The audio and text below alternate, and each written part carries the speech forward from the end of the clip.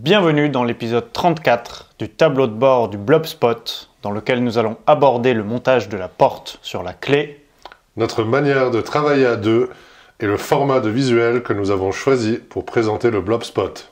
Mais d'abord, Nous sommes Dom et Marc et nous construisons un lieu résilient, immersif et modulaire avec 10 containers maritimes. Nous t'embarquons dans notre aventure pour en apprendre plus sur des modes de vie et de travail plus durables. Alors abonne-toi et réagis quand ça te parle. La transformation du container clé se poursuit et après la découpe de la tôle et les modifications de la porte, nous avons renforcé l'ouverture et glissé notre Big Door sur ses pommelles. en image, les étapes clés du processus. Nous avons renforcé le container avec des carrés de 6 cm par 6 cm par 3 mm d'épaisseur. Et une fois les renforts mis, on a pris le cadre de la porte, là où il y a les pommelles, donc le côté celui-ci, et on l'a juste placé le long du renfort, et on l'a soudé au renfort et au container en haut et en bas. Et on a utilisé les mauvaises tiges de soudure jusqu'à un certain moment. Ce qui nous a apporté quelques trous et quelques soucis sur les soudures. Chose qu'on a rectifié relativement vite en changeant de baguette. Donc on est passé de 2 mm à 3,2 mm. Et une fois que les soudures étaient bien faites, on a pris la porte de l'atelier. On a mis un certain temps à réussir à la rentrer dans les pommelles. Et à un moment donné, on ferme et la porte, elle bute en plein milieu de l'ouverture. Donc le lendemain, on l'a enlevée, dégondée. On l'a ramenée dans l'atelier, on l'a raccourcie de 1 cm et elle est rentrée nickel.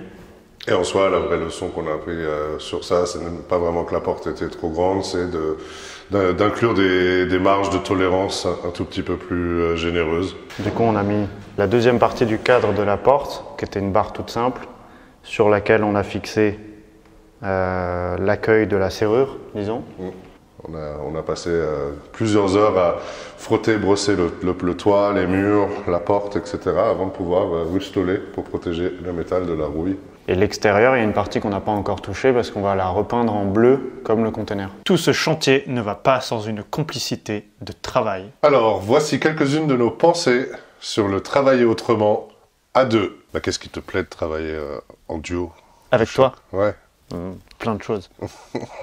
C'est que nous sommes guidés tous les deux par une vision commune de quelque chose qu'on a envie de construire ensemble. Ouais. Au quotidien dans le chantier, ça fait que on y va quoi. Ouais. Parce qu'en plus, là, dans ce cas-là, c'est pour nous qu'on le fait. Ce que j'aime beaucoup, c'est de voir se réaliser les choses sur lesquelles on travaille depuis un moment. Donc c'est tout bête, mais à quel endroit est-ce qu'on découpe le container pour mettre la porte, puis elle est dedans, et puis en fait quand tu le vois, tu te dis ouais, c'est cool, ça a sens. Mais dans le process, moi, c'est très vite next.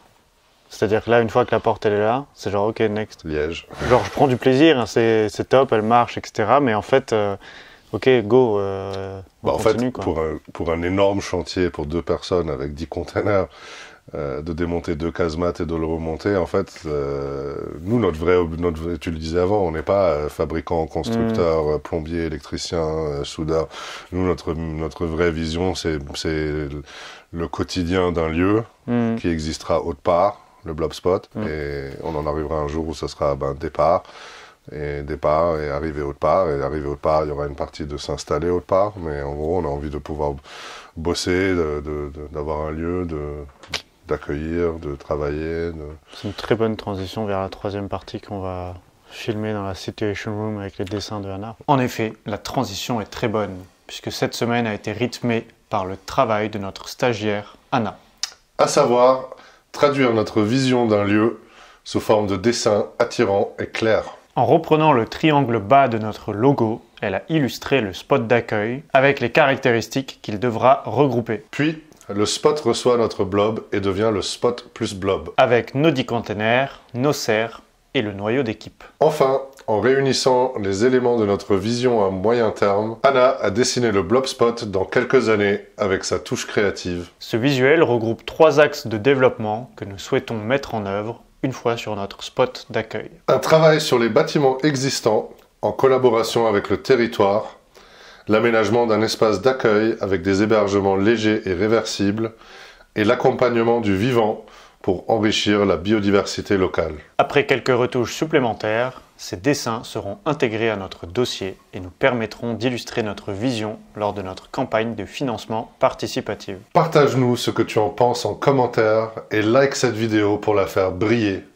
Rendez-vous lundi prochain pour un nouvel épisode et d'ici là, belle semaine! Tu veux le refaire? Non, Non mais... je suis pas prêt. Attends.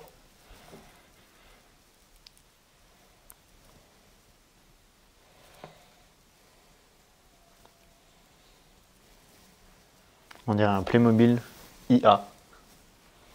C'est bon?